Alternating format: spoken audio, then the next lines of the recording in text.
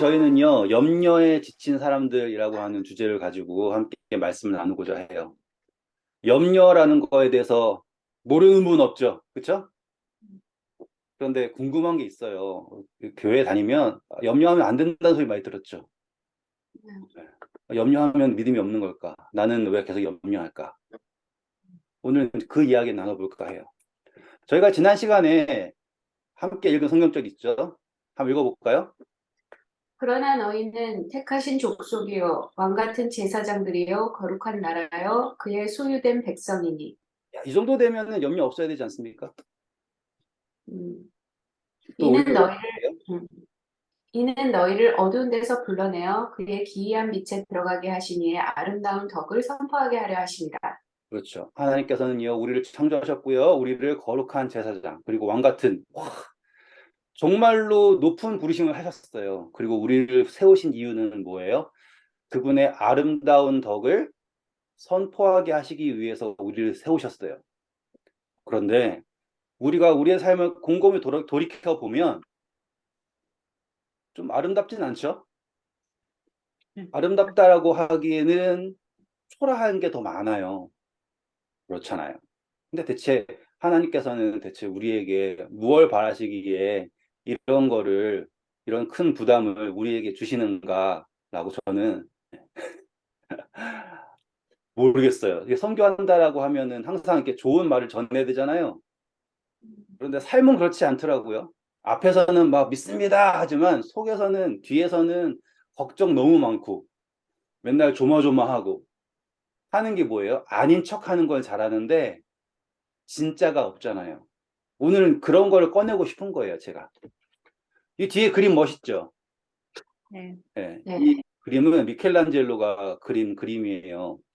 천지창조의 1번 있고요. 아담의 창조예요. 미켈란젤로는 되게 유명한 사람입니다. 뭐 피에타도 있고 다비드상도 있고 조각가인데 이 조각가인 미켈란젤로가 어떤 이유에서 이 바티칸에 있는 시스틴 성당에 이렇게 천장화를 그리게 된 거예요. 그런데요, 이 그림은 참 재밌어요. 제가 이 그림에 대해 설명하는 이유가 있습니다. 왜 그러냐면 제가 신혼여행으로 이 배낭여행 갔어요, 이쪽으로.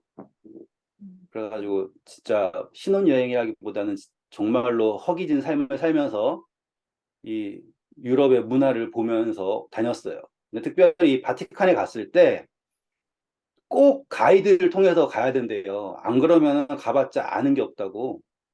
그래서 저희가 없는 돈에 이제 가이드를 사가지고 껴서 갔어요. 근데 여기가 다 종교화잖아요, 종교화. 근데 그 가이드가 기독교를 아예 모르는 것 같아요. 음, 막 이야기를 하는데 듣다가 야, 이건 들어봤자 의미가 없겠다 생각이 들더라고요. 특별히 이 아담, 이 초상, 이 아담의 창조 이야기를 막 설명하면서 이 그림이 미켈란젤로가 여기 하나님 옆에 쌓여 있는 천이 보이죠? 그게 이 자궁을 상징하는 겁니다. 또 뭐 혹은 이게 약간 뇌랑 모양이 비슷하죠? 그러면서 막 인체 해부가 이렇다는 둥 저렇다는 둥 그런 얘기만 하는 거예요. 근데 저는 이 그림을 딱 보는 순간 그냥 저절로 알게 됐어요. 이 그림은 뭘 이야기하고 있는지. 이 그림이 뭘 이야기하고 있는지 알고 싶으시지 않아요? 한번 해볼게요. 그림에 소질이 있는 친구도 있는데 잘 봐봐요. 이게 어떤 이야기를 하는지. 첫 번째로 딱 그림 보시면 절반으로 나누셔야 돼요. 절반으로 딱 나눠서 아담은 어디 있고 왼쪽에 있고 하나님은 오른쪽에 있죠. 근데 하나님이 왼쪽으로 넘어오고 있죠. 이렇게 넘어오고 있는 거예요. 그러니까 다가오는 하나님을 표현하는 거예요. 그래서 아담의 있는 쪽은 당연히 이제 왼쪽이니까 좋지 않은 쪽이겠죠. 오른쪽은 선하고 왼쪽은 그렇지 않은 쪽이겠죠. 하나님께서 날라오십니다. 근데 날라오는 모양이 보면 몸을 돌이키는 모양이랑 보이세요? 몸이 꼬여 있죠, 이렇게. 몸을 탁 돌이키고 와요. 그렇게 오시는데 이 다음 그림에서 이제 대각선을 보세요. 대각선 보이시죠? 그러면 대각선을 기준으로 위에 있는 사람이 있고요. 아래에 있는 사람이 있죠. 그러니까 지금 대각선을 기준으로 위에 하나님 쪽에 있는 사람도 있고요. 밑에 있는 사람들이 있는데 밑에 있는 사람들은 다 그늘져 있죠. 그렇죠? 대각선을 기준으로. 그리고 위쪽으로는 다 빛이 있습니다. 흥미로운 점은 이거예요. 원래 종교화할 때 하나님을 잘 안 그려요. 가보세요. 하나님 그린 그림은 거의 없다고 보시면 돼요. 다 예수님이나 뭐 마리아나 뭐 베드로 이런 걸 그리지 하나님을 그린 거는 많지 않아요. 그런데 지금 하나님이 이렇게 막 수염도 막 이렇게 있고 막 멋지잖아요. 근데 이 하나님이 그냥 오신 게 아닌 거예요. 이 대각선 밑에 하나님 바로 밑에 금발머리 사람 있죠. 음, 근데 얼굴이 있습니까 없습니까? 없어요. 얼굴이 없죠. 그리고 음, 천이 있는데 천 색깔이 다른 거 보이시죠? 이 사람이 가지고 있는 천 색깔이 달라요. 그리고 이 천 색깔을 쭉 따라 올라가면은 누군가가 보이잖아요. 여자가 있는데 여자가 천 같이 있죠. 제가 지금 화면이 보이는지 안 보이는지 잘 모르지만 잘 보시면 이 남자가 입고 있는 천을 따라서 쭉 가보세요. 그러면은 하나님 이 겨드랑이 옆에 옆구리 옆에 여자가 있죠. 근데 그 음, 여자의 발에도 이 천이 살짝 걸쳐 있죠. 그렇다라는 거는 이 밑에 있는 남자랑 이 여자랑 천이라고 하는 걸 같이 나누고 있네요. 음, 그리고 밑에 있는 남자는 얼굴도 안 보이고요. 보면은 하나님한테 밀쳐져서 넘어졌다는 느낌처럼 보이죠. 그러면 이 사람은 누구일까요? 사탄? 사단이에요, 사단. 그림 보면 딱 보이죠. 이 얼굴도 안 나오고요. 그리고 하나님께서 주시려고 하는 저 붉은색 옷과는 전혀 반대되는 색깔을 가지고 있고 그 천을 누구랑 같이 연결되어 있어요? 여자랑 연결되어 있어요. 여자는 누구예요? 죄를 시작하게 된 존재잖아요, 성경에서. 그러니까 저는 이렇게 그림을 보면 미켈란젤로가 성경에 대한 이해를 충분히 가지고서 하고 있다라는 게 보이는 거예요. 그리고 보시면 이 장면을 딱 보시면 아담이 어떻게 하고 있어요? 손을, 땅에 이렇게 기대어 있죠. 그 이야기는 뭐예요? 이 아담이 어디로부터 비롯되었는가를 보여주는 거예요. 그리고 지금 뭐 생식기가 있습니다. 남자의 생식기가 보이죠?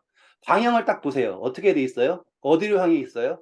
땅으로 딱 향해 있죠. 그러면 땅의 씨라는 걸 보실 수 있죠? 그리고 아담의 발을 딱 보시면 발가락 보세요. 발가락이 이렇게 벌어져 계신 분들도 있을 수 있지만 보통 이렇게 엄지발가락이 살짝 벌어질 경우는 어떨 때예요? 힘 줄 때죠. 힘을. 의자 하고서 힘을 주려고 할 때예요. 근데 반면으로 저쪽에 땅을 기대고 있는 손 보세요. 손은 어떤 손이에요? 되게 힘이 없죠. 그리고 하나님한테 뻗고 있는 손조차도 힘이 없어요. 근데 지금 어떤 느낌이냐면 힘이 딱 들어가는 느낌인 거죠. 아시겠죠? 미켈란젤로는 그 장면을 하고 싶은 거예요. 이 아무것도 모르고 이제 막 창조된 아담이 힘이 없는 이 창조. 땅에 속해 있는 아담이 하나님을 바라보고서는 힘을 딱 주는 장면이에요. 보시면 아담의 발 모양이랑 하나님의 발 모양이 닮았어요? 그쵸? 하나님도 힘을 탁 주고 있고 아담도 힘을 딱 주고 있어요. 둘이 이제 만나는 장면이에요. 그러면 이 장면에서 포인트가 있겠죠. 이제 확대됐으니까 잘 보이시죠? 여자랑 밑에 있는 이 금발머리 사단이랑 같이 연결되어 있다는 거 보이시죠?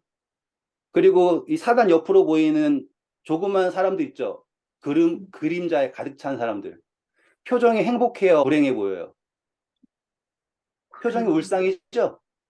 네, 그래서 대각선을 기준으로 밑에 있는 사람들은, 이 인물들은 반대되는 거예요. 그래서 하나님께서 아담을 창조하시고 그분의 형상을 담은 존재를 끄집어내는 것을 반대하던 사람을 나타낸 거예요.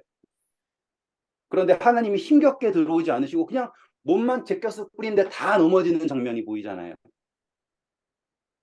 그리고 중요한 건 뭐냐면, 자, 아담은 어떻게 하고 있어요? 옷을 벗고 있죠? 근데 하나님은 옷을 입고 계시죠? 그러면 하나님이 지금 천 조각이를 들고서 날라온 이유는 무엇인가라고 할 때 이 붉은색 천이 어떤 느낌이에요? 이렇게 펄럭이는 것 같아요? 아니면 감싸고 있다는 느낌이 드세요? 감, 감싸는 느낌이 드시죠? 그러면 하나님께서는 지금 누구를 입히러 오신다라는 게 보이시나요? 아담을 그분의 붉은색 천으로 입히시려고 오는 거예요. 그러니까 미켈란젤로가 정말로 잘 설명하고 있는 게 보이시죠? 그게 바로 하나님의 의예요. 붉은 피로 씻어진 하나님의 의. 그래서 계시록에서도 항상 14만 4천이 입고 있는 옷이 뭐예요? 어린 양의 피로 씻겨진 옷이다라고 하지 않습니까? 반면에 지금 밑에 있는 사단은 자기가 만든 천이겠죠? 전혀 둘러싸여져 있지 않죠. 입혀진 게 아니라 어떤 느낌이에요? 벗겨졌다라는 느낌 드셨나요? 그래서 저거를 벗겨버리고 붉은색 천으로 입히려고 오신다라는 장면이 보여요. 그러니까 저는 이걸 딱 보자마자 야, 이거 정말 성경적이다. 이 사람이 정말 많은 묵상을 하고 있구나라는 게 보이는 거예요. 자, 이 그림에서 또 하이라이트들이 있어요. 제가 미술을 전공하지도 않았고, 뭐 이거는 저의 주제에 넘은 이야기지만, 이렇게 이야기하는 거 재밌죠? 네. 그냥 재미삼아 들으셔도 돼요. 그렇지만 여기에 말하고자 하는 의미가 있다라는 것, 그리고 오늘의 주제와 연결된다는 걸 꼭 기억하세요. 자, 이 그림의 핵심은 어디에 있냐면 바로 이 손에 있습니다. 손. 사람들이 다 이 손 좋아하죠. 그래서 수많은 영화에서 패러디를 해요. E.T. 아시죠? 젊은 분들은 전혀 모르는. 저도 E.T.는 안 봤어요. 못 봤어요. 왜냐하면 저도 어린 축에 속하기 때문에. E.T.를 보셨다 그러면 이제 나이가 나오는 거예요. 이 손가락을 이렇게 만나는 거예요. 이렇게 만나는 거. 이거 E.T.에서 나오는 거. 여기 패러디입니다. 근데 아담의 손이랑 하나님의 손이랑 느낌이 완전 다르죠. 하나님의 힘 있는 손. 아담의 힘이 없는 손. 그래서 누구로부터 힘을 받아야 되는 거예요? 하나님으로부터예요. 그러니까 우리의 모든 능력은 어디로부터인가라는 걸 설명하는 것이 되고요. 그리고 이게 혹시 만나는 순간이라고 하는 거가 이제 중요하겠죠. 그래서 보시면 이 사람들의 시선을 보세요. 인물들의 시선이 다 어디로 향하고 있어요? 이 손가락으로 하고 있어요. 이렇게 딱 손가락으로 향하고 있는 시선이 있습니다. 그리고 이 모든 시선이 성경이래요. 이 그림 전체에서 어디로 모여 있어요? 이 손가락으로 다 모여 있는 게 보이시죠? 짝짝짝 제가 선 다 그어놨죠? 그런데 이 순간 딴 데 보는 사람들이 있어요. 그게 누굴까요? 아담이랑 하와는 딴 데 보고 있죠. 재밌지 않아요? 이 그림 속에 나와 있는 이야기가. 그러니까 아담이 맥이 없고 힘이 없었는데 힘을 내 가지고 촥 일어나는 게 하나님 때문이었으면 좋겠는데 아담이 바라보고 있는 건 여자예요, 지금. 지금 여기 그림에 나와 있는 모든 캐릭터들은 다, 와, 지금 아담하고 하나님하고 만나는 그 순간을 바라보고 있고, 그리고 사단과 그를 따르는 이 그림자 속에 있는 존재들, 그걸 막아보겠다고 막 그러고 있는데, 정작 아담은 누굴 보고 있어요? 하와를 보고 있다 이거죠. 이게 염려의 시작이에요. 아시겠죠? 이 시작이에요. 하나님을 안 보고서 있는 거예요. 바라는 게 달라요. 근데 이 여자랑 아담이랑 눈이 탁 맞았습니다. 근데 이 여자가 누구의 품 안에 있어요, 지금? 하나님의 품 안에 있죠. 그러면 이 아담이 여자를 얻으려면 누구를 만나야 되는 거예요? 하나님을 만나야 돼요. 이야기가 아주 풍성해지죠. 그러니까 하나님께서는 아담을 창조하셨을 때 이미 누구를 가지고 있는 거예요? 하와를 가지고 있어요. 그리고 그 하와를 주시기 위해서 아담에게 찾아오셨어요. 그러면 아담은 지금 하와를 누구를 통해서 얻는다? 하나님을 통해서 얻는다인데 우리가 성경을 공부할 때 아담이 하와를 원하지 않았는데 받았어요? 아니면 갈망해서 받았어요? 갈망했어요. 근데 죄 시작하고 나니까는 하나님은 어떻게 원망했어요? 당신이 나에게 창조하여 준 여자 때문에 먹었다라고 하잖아요. 그런 걸 보면 이 그림 속에 여러 가지 의미가 있다라는 거를 볼 수 있게 되었어요. 근데 잘 보세요. 이제 손가락 따라가 볼게요. 손가락. 아담의 오른손은 어디에 있습니까? 땅에 있죠. 땅에. 땅에 있어서 이렇게 손을 뻗쳤습니다. 이렇게. 그리고서는 하나님의 손가락을 향해 가고 있죠. 근데 하나님의 손가락이 편하게 앉아 계시지 않아요. 그렇죠? 따라가 볼게요. 하나님의 오른손을 따라갔다가 이제 왼손으로 가보세요. 왼손으로 가시면 왼손에 누구를 가르치고 있어요? 아기를 가리키고 있죠? 근데 이 아기는 어딜 쳐다보고 있나요? 우리 보고 있죠. 그러면 이 시선에서 이 아이가 바라보는 게 누구냐면 여러분들이에요, 지금. 그럼 이 그림의 주인공은 누구가요? 이 아가예요. 그림을 보실 때 주인공을 찾으려면 항상 나를 보고 있는 사람이 누군가를 보시면 돼요. 그게 주인공이에요, 지금. 그런데 하나님이 이 아이를 가르치시는데 손가락이 어떻게 돼 있습니까? 완전히 이렇게 됐죠. 이거는 어느 정도냐면 물건을 가지고서는 이렇게 하는 게 아니라 이렇게 눌렀을 때 되는 거예요. 엄청나게 세게 눌렀을 때.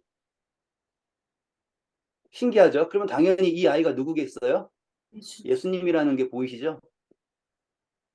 그러니까 아담을 창조할 때 이미 하와를 넘어서 여자의 후손이라는 거를 다 계획하고 계셨고 이 아이를 통하여서 입혀진다라는 것도 볼 수 있게 되었어요. 그러면 이야기가 또 달라지는 게 뭐예요? 지금 이 대각선의 기준으로 하나님한테 같이 있는 캐릭터들이 있죠. 총 몇 명이 있다라는 거예요? 숫자 보이시죠? 7이 딱 있는 거예요. 정확하게 미켈란젤로가 누가 누구인지를 잘 설명을 하지 않았어요. 그런데 이제 성경을 조금 아시면 알 수밖에 없어요. 1번은 높은 확률로 다윗 아니면 아벨 둘 중에 하나예요. 예수님이 다윗의 후손이고 그리고 최초의 순교자인 아벨이니까 높은 확률로 둘 중에 하나고요. 그리고 2, 3, 4번 보이시죠? 이거는 거부할 수 없이 믿음의 조상 3명입니다. 아브라함, 이삭, 야곱 이렇게 가는 거예요. 그래서 지금 미켈란젤로는 예수님에게까지 가는 과정에서의 그 믿음의 조상들을 7을 나열한 거예요. 그리고 그 마지막에 등장하는 게 누구시다고요? 예수님이다 라는 거를 보이기 위해서 이렇게 하나님을 기준으로 위쪽으로 인물들을 쫙 나열한 거죠. 그러니까 보고 있으면 재밌어요. 더 많아요. 하자면 끝도 없어요. 왜냐? 자, 하나님을 둘러싸고 있는 건 붉은색. 아담을 둘러싸고 있는 건 무슨 색깔? 흑 색깔. 그렇죠. 그 딱 보이죠? 뭐가 달라지고 그러는지. 근데 자, 보세요. 이제 아담 자세가 어떻게 돼 있습니까? 기대어 있고, 왼발을 올리고 있죠. 그래서 땅으로부터 땅에 의지해 있습니다. 여기 지금 노란색 동그라미로 보이는 아기 예수님 보이세요? 자세가 어때요? 아담이랑 똑같죠? 근데 아담은 땅으로부터 나온 느낌이고, 아기 예수님은 어디로부터 나왔다라는 게 보여요? 하나님으로부터라는 게 보이시나요? 그리고 그 손이 아담도 하나님을 향하고 있고, 아기 예수님도 손을 굳이 어디로 향하고 있어요? 하나님으로 향하고 있죠. 그리고 각도를 잘 보시면 아기 예수님의 왼발이랑 오른발 보시면 오른발이 하나님의 발이랑 겹쳐서 나온 거 보이세요? 그렇다라는 거는 지금 이 아기 예수님이 움직이는 거는 누구의 움직인 것 같다라는 걸 보이는 거예요. 하나님의 움직인 것 같다라는 걸 보이는 거예요. 자, 지금까지 제가 제 멋대로 해석한 미켈란젤로의 아담의 창조예요. 근데 해석이라고 하는 거는 누구나 하는 대로 하면 되는 거잖아요. 그렇죠? 근데 저는 이 그림을 볼 때 그걸 봤어요. 아, 그렇구나.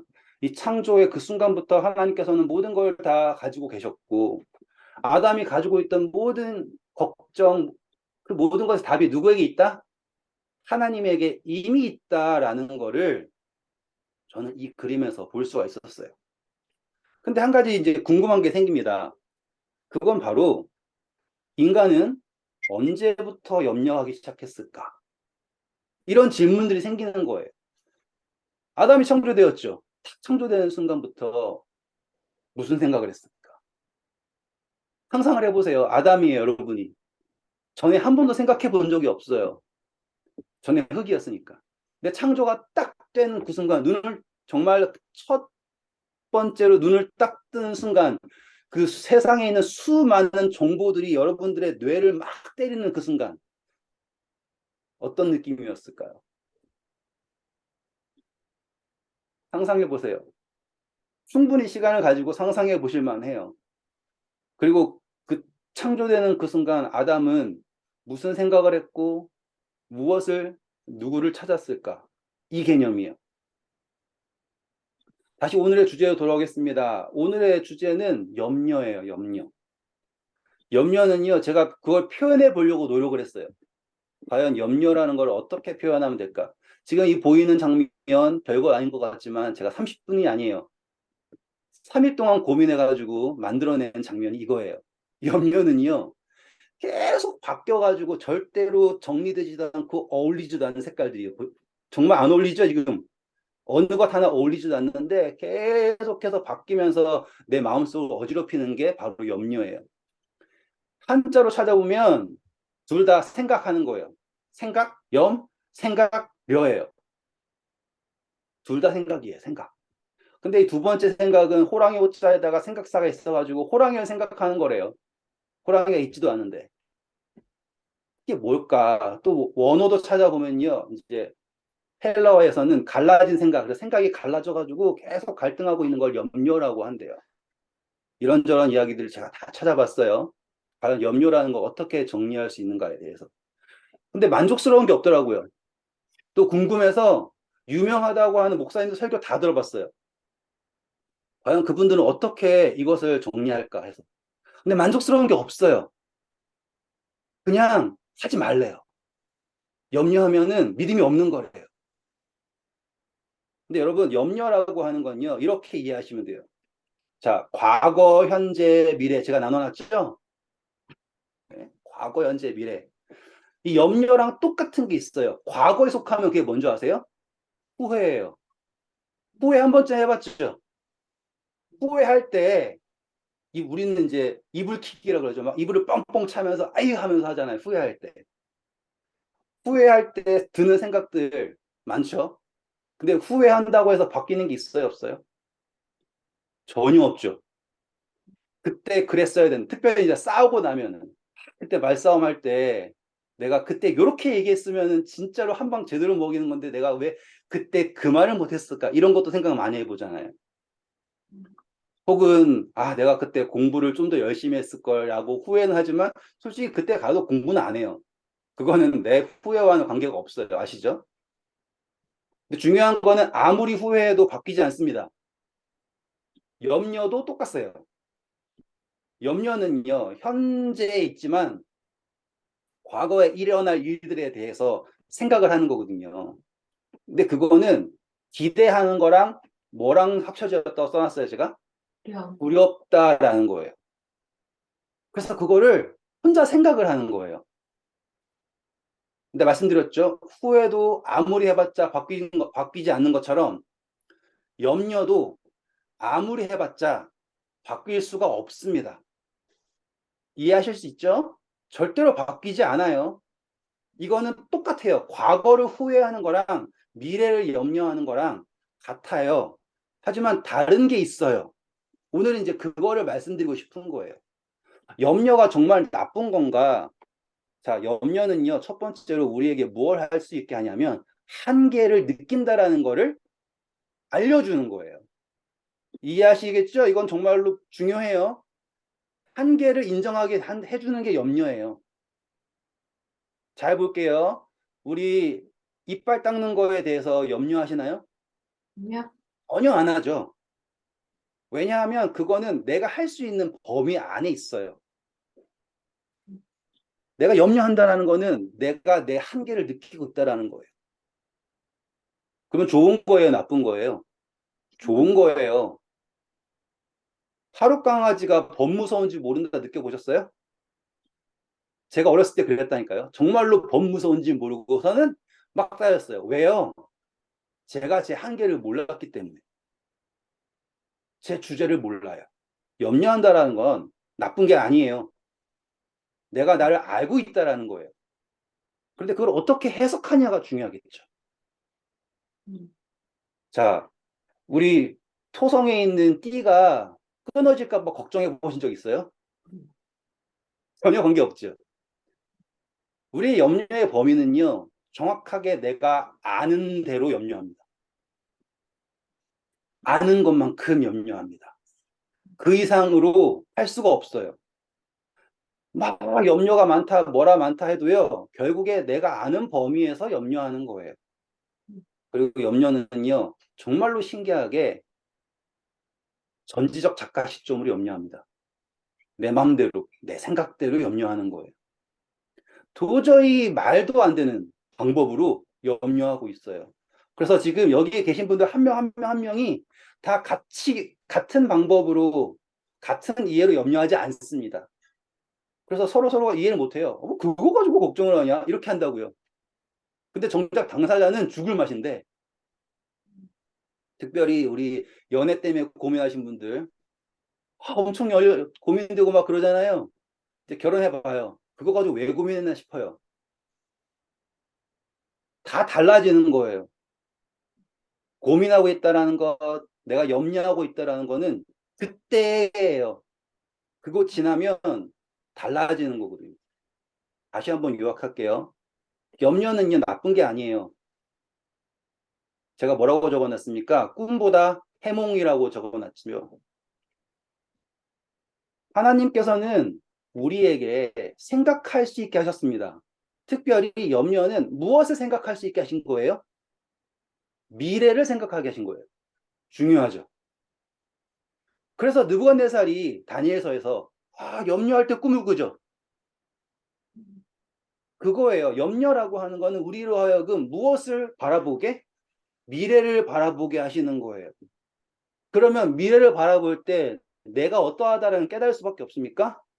한계가 있다라는 것을 깨달을 수밖에 없어요. 느부갓네살 왕, 이 세상을 지배했던 왕이잖아요. 가장 찬란했던 왕조, 금머리라고 하는. 그러면 고민이 없을 만하지 않습니까? 아니요. 고민이 있다고요. 염려라고 하는 게 우리를 어떻게 만듭니까? 낮아지게 하는 거예요. 중요한 것은 그것을 우리가 어떻게 소화할 것이냐, 어떻게 해석할 것이냐예요. 염려하지 마세요가 아니에요. 자, 우리 마태복음 6장 25절부터 34절이에요. 이거는 엄청나게 유명한 염려장입니다. 먼저 염려라는 단어가 몇 번 나오는지 세볼게요. 한 번, 두 번, 세 번, 네 번, 다섯 번, 여섯 번이라고 나오죠? 몰라요. 또 숨겨져 있는 염려가 있을지. 제가 잠결에 잘못했을 수도 있어요. 하지만 염려가 계속 나와요. 유명한 염려장이에요. 많이들 들어보셨을 거고요. 많이 읽어보셨을 거예요. 우리 빨리 한번 확인해 볼게요. 자, 읽어보겠습니다. 첫 번째 25절, 26절입니다. 그러므로 내가 너희에게 이르노니 목숨을 위하여 무엇을 먹을까 무엇을 마실까 몸을 위하여 무엇을 입을까 염려하지 말라. 목숨이 음식보다 중하지 아니하며 몸이 의복보다 중하지 아니하냐. 공중의 새를 보라. 심지도 않고 거두지도 않고 창고에 모아들이지도 아니하되 너희 하늘 아버지께서 기르시나니 너희는 이것들보다 귀하지 아니하냐. 감사합니다. 자, 첫 번째로 우리가 염려하는 이유는 비뚤어진 가치관을 가지고 있기 때문이에요. 가치관 자체가 잘못됐어요. 예수님은 정말로 지혜롭게도 우리가 왜 염려하는가를 분명하게 시작하시죠. 목숨을 위하여. 결국에는 내 목숨 하나 잘 부지해보자고 염려하는 거 아니니? 라고 시작하시면서 거기에 분명하게 언급하시는 건 뭐냐면 너가 지금 무엇에 가치를 두느냐예요. 중요한 것은 하나님께서는 누구에게 가치를 두고 계신다? 우리를 가치 있다 하신다는 거. 그게 중요한 거예요. 하나님은 우리를 가치 있게 보시는데 우리는 하나님을 먼저 하지 않고 누구를 먼저 가치 두는 거예요? 나를 먼저 가치를 두는 거예요. 그러니까 거기에서부터 해석이 잘못되는 거예요. 그게 염려의 시작이고요. 염려가 해소되지 않는 문제예요. 그 다음입니다.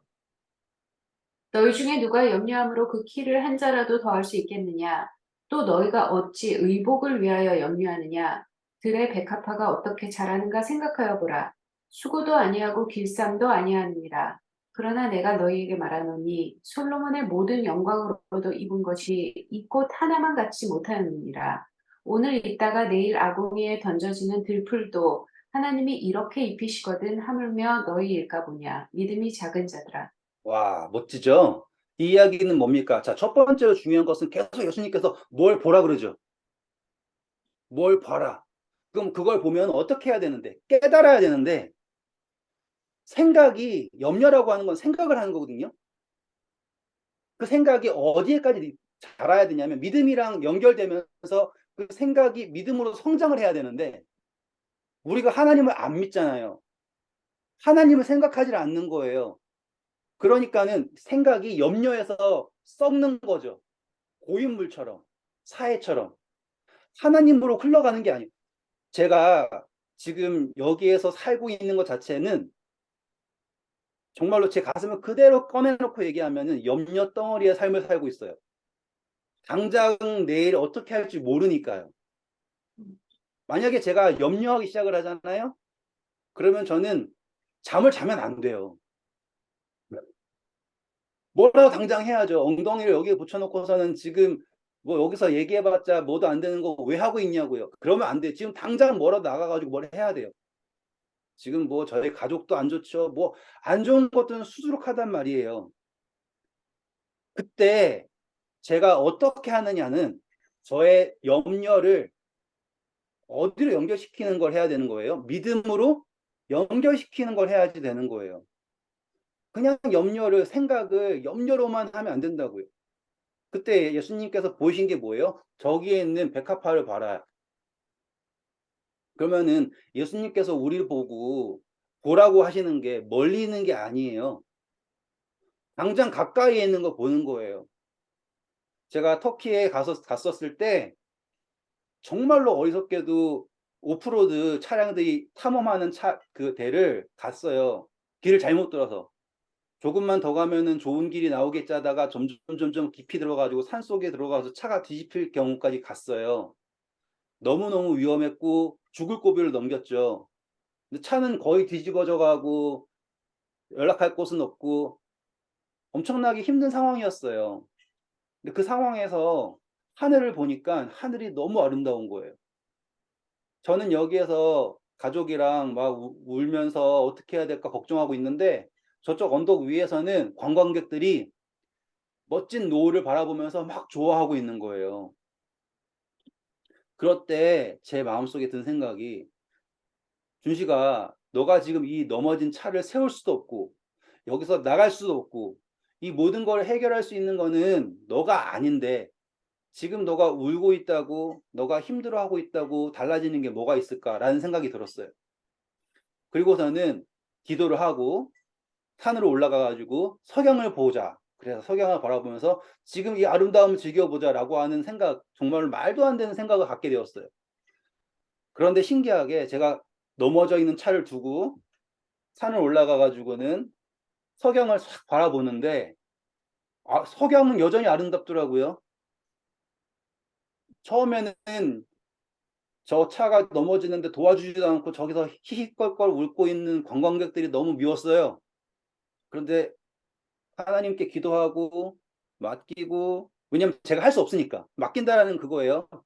제가 할 수 없다라는 게 너무 분명하고 제가 할 수 있는 끝까지 다 했잖아요. 그 다음에 할 수 있는 건 뭐밖에 없어요. 맡기는 거 말고는 없어요.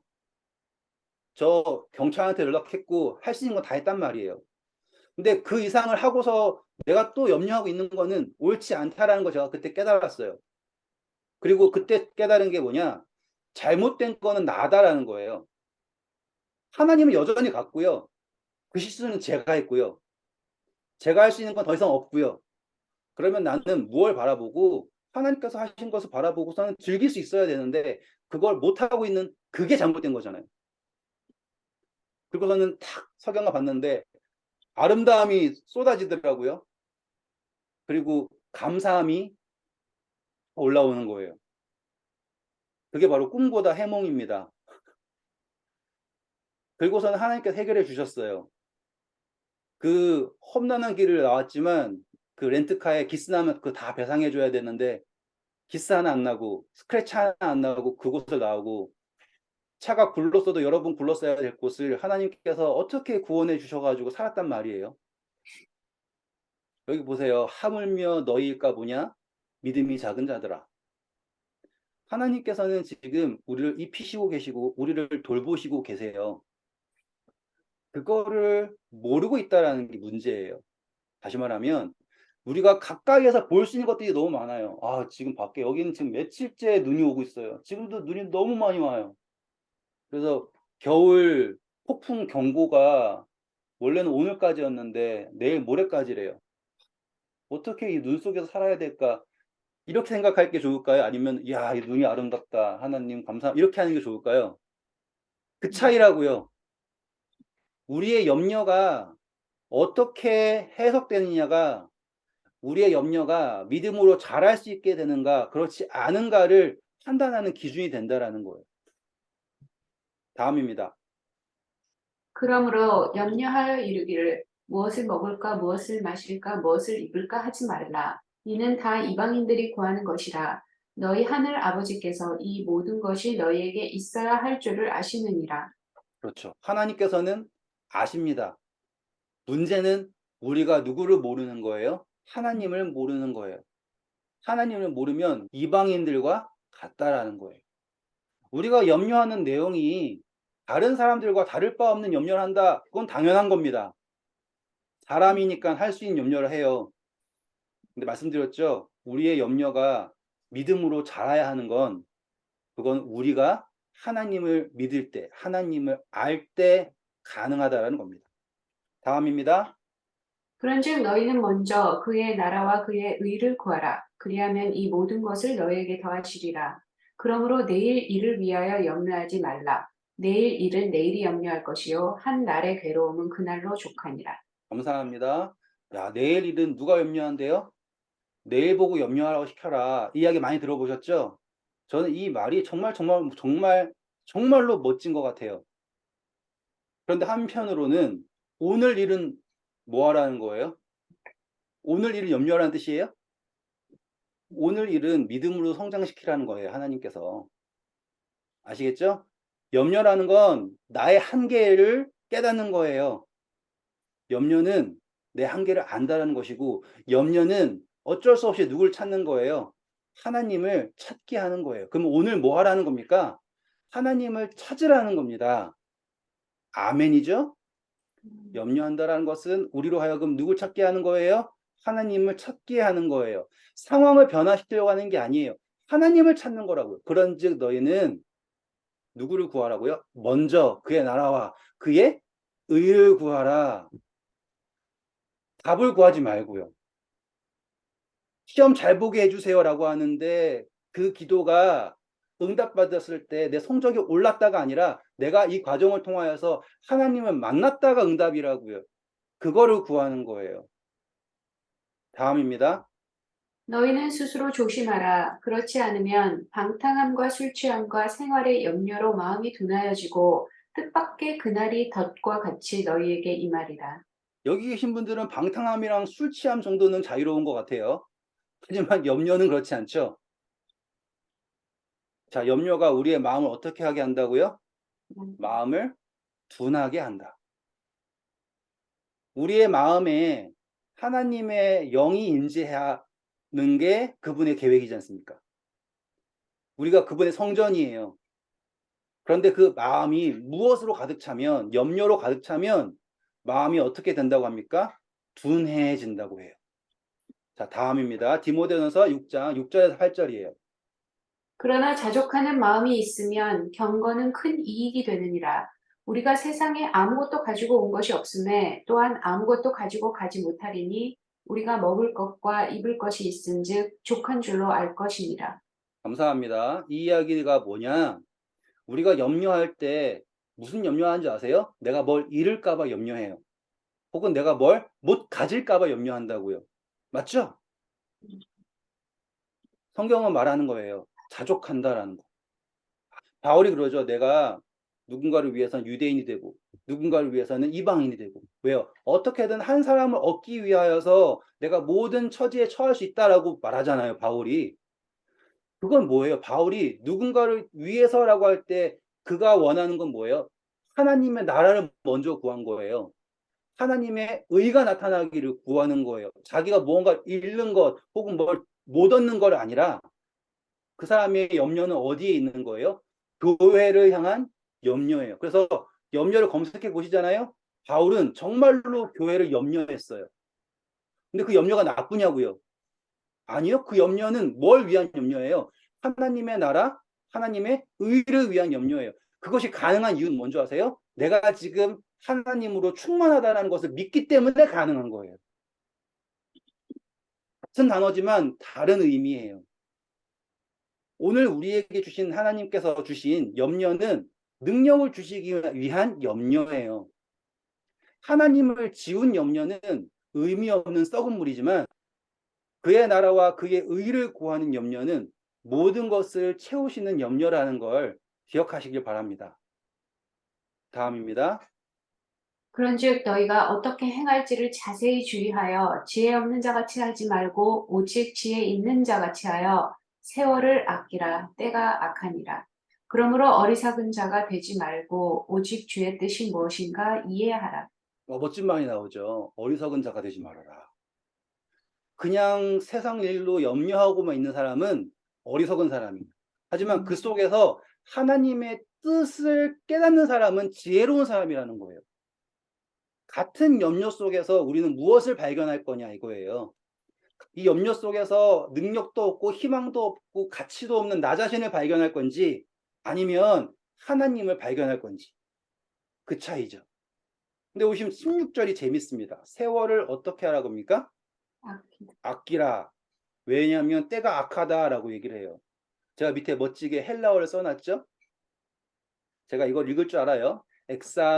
엑사고라, 조메노이, 톤, 카이론, 호티아이, 헤메라이, 포네라이, 에세이신. 와, 저 대단하지 않아요? 헬라어도 읽을 줄 알고. 예. 별거 아니에요. 그냥 읽을 수 있어요. 알파벳이랑 똑같아요. 근데 이걸 제가 왜 적어놨냐면 이게 성경을 보다 보면 만족이 없어요. 그 만족이 없다라는 게 이 번역이라고 하는 게 이게 느낌이 안 올 때가 있어요. 그러면 이제 찾는 거예요. 그러면 결국에 어디로 가냐면 원어로 갈 수밖에 없어요. 그러면 이제 사전 펴놓고서 이게 뭔가 막 찾아봐야 되거든요. 찾으면 이렇게 됩니다. 제가 헬라 읽었으니까는 여기 보시면 엑사고라소메노이라는 게 있어요. 첫 번째 줄. 이게 무슨 뜻이냐면 사다 또는 구속하다라는 게 있어요. 한글에서는 세월을 아껴라 그랬죠? 전혀 다른 의미예요, 지금. 그리고 세월이라는 게 하지 않고 카이론이라고 나와요. 우리 클로노스는 이렇게 전반적인 시간의 흐름을 말하는 것이고 카이로스라고 하는 것은 정확한 그 시간대를 말하는 거거든요. 그러면 지금 바울이 말하는 건 무엇을 살아라는 거예요. 무엇을 구속하라는 거예요. 결정적인 하나님의 때를 구속하라는 거. 다시 말하면 구원하라는 거예요. 그러면 우리는 지금 그 다음 보세요. OTI, 헤메라이라고 하는 건 날들이거든요. 날들. 이러한 시간들이 어떠냐면 의미 없다라고 나오죠. 그러면 이 의미 없는 시간들 속에서 하나님의 뜻을 찾아서 그것을 뭐 하라고요? 구원해 내야 된다라는 거예요. 우리의 염려라고 하는 게 뭘 말하는 거냐면 내가 뭘 해야 될까? 내가 이 학교에 가야 될까? 저 학교에 가야 될까? 내가 이 집을 사야 될까? 저 집을 사야 될까? 이 남자를 만나야 될까? 저 여자를 만나야 될까? 이런 걸 말하는 게 아니라 거기에서 무엇을 구원해내는 거예요? 하나님의 뜻을 구원해내는 것. 그것을 하기 위해서 하나님이 우리로 하여금 뭐 하게 하셨다고요? 염려하게 하셨다고요. 표현이 잘못됐죠. 그건 더 이상 염려가 아니에요. 하나님의 뜻을 찾게 하셨다 해요. 염려는 생각 속에서 성공하는 나, 아무것도 안 잃고 잘 사는 나를 찾기 위한 게 염려이고 하나님을 찾는 것이 바로 하나님께서 말하는 구하라, 두드려라, 찾으라 라고 하신 게 바로 이 의미라는 거예요. 걱정이 많으면 믿음이 없는 걸까요? 아니에요. 그 걱정을 어떻게 해석하느냐예요. 누구를 찾기 위해서 염려하십니까? 저는 오늘 여러분들이 하나님을 찾기 위해서 갈급하시는 그것을 결심하는 시간이 되기를 바라요. 오직 주의 뜻이 무엇인지 이해해라. 우리가 잘 나갈 때, 좋아, 이게 아니라 그 속에서도 하나님을 찾아야 되고, 우리가 나락으로 떨어질 때 그 바닥 속에서도 하나님을 찾을 때 중요한 것은 그분의 뜻을 깨닫게 된다는 거예요. 그만한 큰 축복이 어디 있겠습니까? 하나님을 알게 된다는 것, 그것 이상의 축복이 어디에 있을까요? 여러분 다 잘 아시죠? 시편 23편 1절로부터 있는 말씀, 여호와는 나의 목자시니 쫙 아시죠?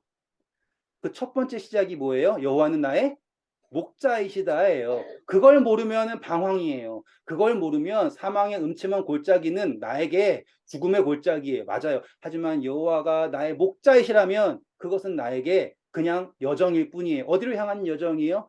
푸른 초장으로 향하는 여정일 뿐이에요. 내가 왜 그 사망의 음침한 골짜기를 따라가냐고요. 왜냐하면 나를 인도하시는 분이 하나님의 뜻을 알기 때문에, 그분의 뜻을 순종할 수 있기 때문에 그 골짜기를 가는 거예요. 그리고 분명히 그분의 지팡이와 막대기가 나를 안위하신다라는 것을 경험으로 알게 되었잖아요. 한 번만 맞고 도망친 양은 모르죠. 그냥 맞고서 도망치는 거잖아요. 하지만 그분의 막대기의 의미가 나를 지키는 거라는 걸 깨달은 양은 맞고 넘어지고 쓰러졌을 때 그것이 하나님을 떠나고자 하는 결심의 근거가 되진 않아요.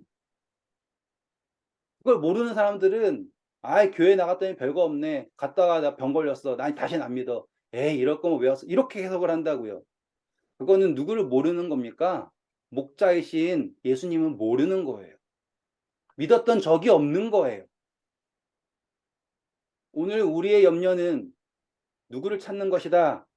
예수 그리스도를 우리의 삶 속에서 그분의 그 정해진 때 그 카이로스를 찾는 거예요. 그것을 구원해내는 거예요.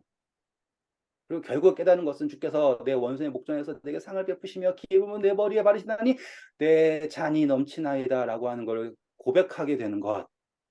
그것이 바로 오늘 우리의 삶 속에 가득 찬 염려가 우리를 믿음으로 이끄는 그 여정이라는 것입니다.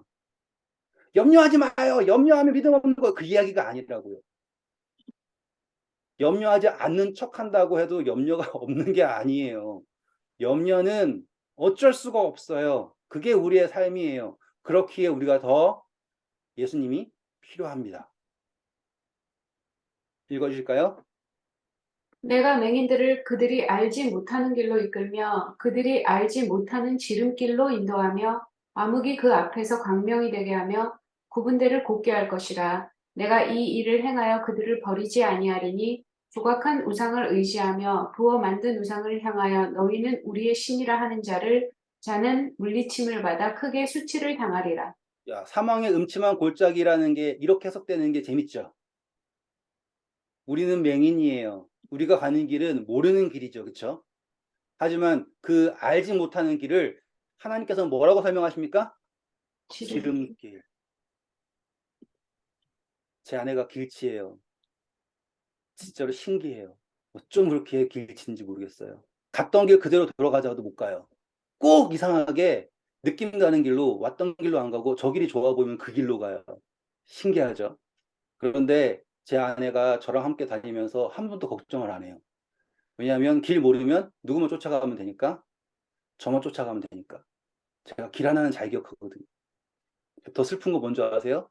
제 아들도 길치예요. 죽을 맛이에요. 남자놈이 그래서 멀리 놀러 가지도 못해요. 갈 수 있는 놀이터는 저기 있는 파란색 놀이터밖에 없어요. 그 이상으로 가면 무서워서 못 돌아온대요. 다행인 건 뭔지 아세요? 길을 몰라서 멀리 안 간다라는 거예요. 어쩌면 어쩔 때 우리는 우리가 너무 잘한다고 생각을 해가지고 하나님으로부터 멀리 떠날 때가 많은 것 같아요. 아유, 그래. 이거 하면 내가 저 갔다가 이렇게 해가지고는 어느 정도까지 했다가 잽싸게 회개하고 돌아오면 되겠지. 그럼 뭐가 좋을까요? 차라리 길치가 나아요. 내가 길을 못 찾는다는 걸 인정하는 게 맞아요. 길을 못 찾아서 내가 희망이 없다가 아니라 길을 못 찾기 때문에 내가 목자가 필요하다. 내가 예수 그리스도가 필요하다가 맞다고요. 그거를 인정하는 건 나쁜 게 아니에요. 그 인정이 나에게 믿음을 준다라는 거예요. 그게 믿음이에요. 아시겠죠? 그분께서 인도하신다라는 거는 암흑이 그 앞에서 광명이 되게 하며 구분대를 곧게 할 것이라. 내가 이 일을 행하여 그들을 버리지 아니할 것이다. 그리고 그 다음 절은 우리가 만든 우상이 아닌 하나님을 의지하라고 말하고 있는 거예요. 어쩌면 나는 괜찮아, 최면할 때 하나님이 나와 함께 계셔서 괜찮다고 생각하지 않고 내 통장에 돈이 얼마 있어서 괜찮다. 내가 집이 이제 다 페이업 됐으니까 좋다. 이런 식으로 생각할 때가 많잖아요. 그게 아니라고요. 우리에게 있는 평안은 예수 그리스도가 함께 계시기에 있는 평안이에요. 여러분, 이 사진 보면 웃기죠? 이 아이들이 다 울고 있어요. 염려에 가득 차 보이죠? 이 아이들이 한 염려가 뭘까요? 대단한 이유에서 염려할까요? 아, 코스피 지수가 이런데, 나스닥 지수가 이런데, 그런 거 염려하면서 울고 있을까요? 아, 이 경제 공황을 어떻게 해결하고, 지금 우크라이나와 러시아 전쟁을 위해서 어떻게 해야 될 건지에 대해서 고민하면서 울고 있을까요? 아니잖아요. 염려라고 하는 거는요, 태어나면서도 끝까지 똑같아요. 주제만 달라질 뿐이지, 같아요. 아담이 창조되면서 그 처음 눈 떴을 때, 그가 할 수 있는 건요, 갓난아기가 하는 생각과 같을 거예요. 그는 하나님을 찾았어요. 아이가 누굴 찾은 것처럼? 엄마를 찾은 것처럼. 여러분, 우리의 모든 염려의 끝은 누구에게 있느냐? 하나님을 찾는 거에 있어요. 시편 131편 1절부터 3절인 말씀입니다. 읽어주실까요? 여호와여, 내 마음이 교만하지 아니하고 내 눈이 오만하지 아니하오며 내가 큰 일과 감당하지 못할 놀라운 일을 하려고 힘쓰지 아니하나이다. 실로 내가 내 영혼으로 고요하고 평온하게 하기를 젖된 아이가 그의 어머니 품에 있음 같게 하였나니 내 영혼이 젖된 아이와 같도다. 이스라엘아, 지금부터 영원까지 여호와를 바랄지어다. 네. 젖된 아이. 젖된 아이는 이제 아장아장 뛰어다니고 걸어 다닐 수 있죠? 근데 아픈 일이 생겨요. 그러면은 그 아이의 기억 속에서 가장 평온하고 완벽할 때가 어디였어요? 어머니 품. 엄마의 품입니다. 우리에게 있어서 중요한 것은 내가 엄마의 품을, 예수 그리스도의 품을 기억하고 달려오는 거예요. 그거예요. 여호와를 바란다라는 거. 너희 염려를 다 주께 맡기라. 왜 맡겨야 될까요? 이는 그가 너희를 돌보시기 때문이라. 다음 주에는 우리는 다 이 주제를 가지고 살 거예요. 읽어보실까요? 아무것도 염려하지 말고 다만 모든 일에 기도와 간구로 너희 구할 것을 감사함으로 하나님께 아뢰라. 그리하면 모든 지각에 뛰어난 하나님의 평강이 그리스도 예수 안에서 너의 마음과 생각을 지키시리라. 네, 다음 주는요. 하나님께 어떻게 기도할 수 있는가에 대한 감사함으로 하나님께 아뢰는 법에 대해서 나누고자 해요. 오늘 그 염려가 무엇을 의미하는지 아셨죠? 그리고 하나님께서 우리를 어떻게 지키신다고요? 모든 지각에 뛰어난 하나님의 평강이 예수 그리스도 안에서 저와 여러분의 마음을 지키실 것을 믿고 감사드리면서 말씀 마치겠습니다. 감사합니다.